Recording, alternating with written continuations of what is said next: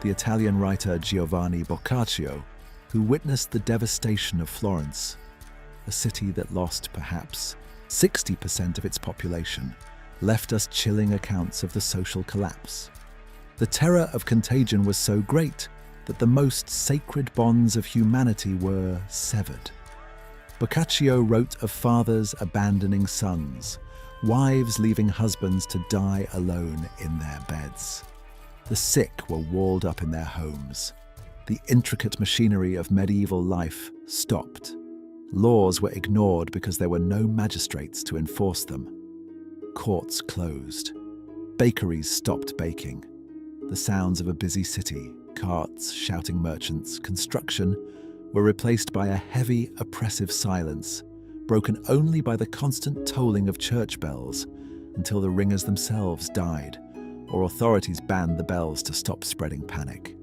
The dead piled up faster than they could be buried. The consecrated ground of churchyards became full, leading to the digging of massive plague pits, trenches where bodies were stacked like cordwood, layer upon layer, covered with a thin dusting of soil.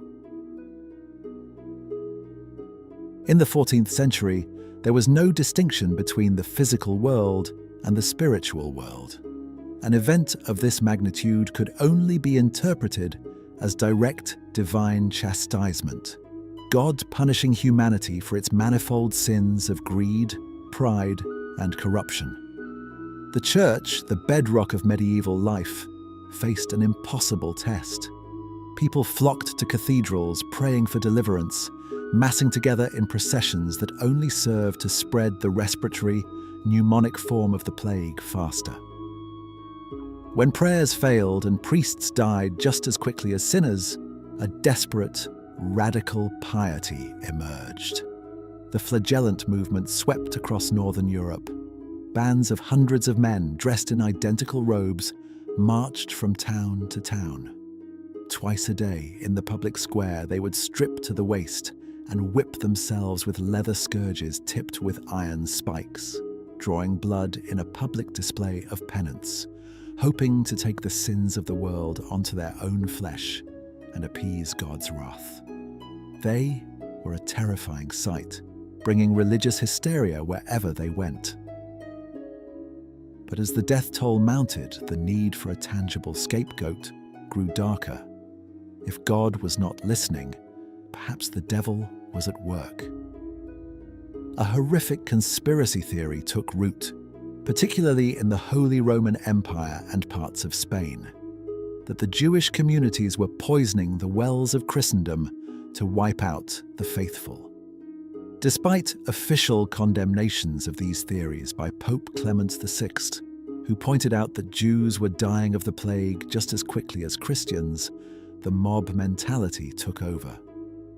Fueled by centuries of anti-Semitism and the desperate need to blame someone, horrific pogroms erupted. Entire communities in cities like Strasbourg, Mainz, and Cologne were rounded up and burned alive in wooden houses or town squares. The Black Death unleashed not just biological horror, but the darkest aspects of human nature. It is a mistake to think of the plague as purely an urban phenomenon. While cities were the epicenters, 90% of medieval Europe's population lived in the countryside. The plague traveled there too, carried by refugees fleeing the cities or itinerant peddlers. The devastation in rural areas was slower, but perhaps more profound in its long-term impact. Thousands of small villages, whose names are now lost to history, were completely wiped out. The manorial system, which relied on a steady supply of peasant labor to work the Lord's land, ground to a halt. Contemporary chronicles describe eerie rural scenes, harvests rotting in the fields with no one to bring them in, herds of sheep and cows wandering aimlessly through the landscape, eventually turning feral or dying of neglect because all the shepherds were dead. Wolves, emboldened by the lack of human presence, began encroaching closer to the remaining settlements. The carefully managed medieval landscape was being reclaimed by the wilderness. By 1350, the plague had reached the northern limits of the continent, Scotland, Scandinavia, and even the small settlements of Greenland, dealing a death blow to the Norse colonies there. It had burned through the entire continent, from the warm Mediterranean to the frozen north. By 1351, the initial catastrophic wave of the Black Death began to burn itself out. The bacterium had simply run out of easily accessible victims. The fog began to lift, revealing a continent transformed. The exact death toll will never be known, but modern historians estimate that between 75 and 200 million people died across Eurasia and North Africa. In Europe alone, perhaps 50% of the population perished in less than 5 years. The survivors emerged into a world that looked the same, but was fundamentally different. The immediate aftermath was economic chaos and severe inflation. But then something remarkable happened. The massive depopulation created a severe labor shortage. For the first time in centuries, the peasant held the power. Lords desperate to have their land worked had to offer higher wages and better conditions. The rigid structures of serfdom cracked and, in many places, eventually broke. The golden age of the laborer had begun, born from ashes. Psychological scars ran deep. Art became obsessed with death.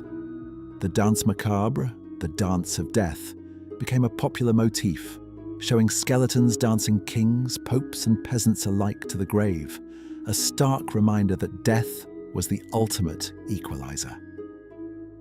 The Black Death was the greatest trauma Western civilization ever endured. It shattered the optimism of the High Middle Ages and proved the fragility of human systems against the power of nature. The society that rebuilt itself was more cynical, more questioning, and forced to adapt.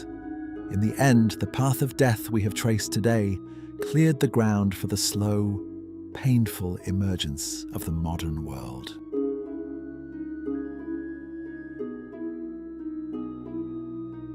For centuries, the Black Death was treated as a distant, medieval nightmare.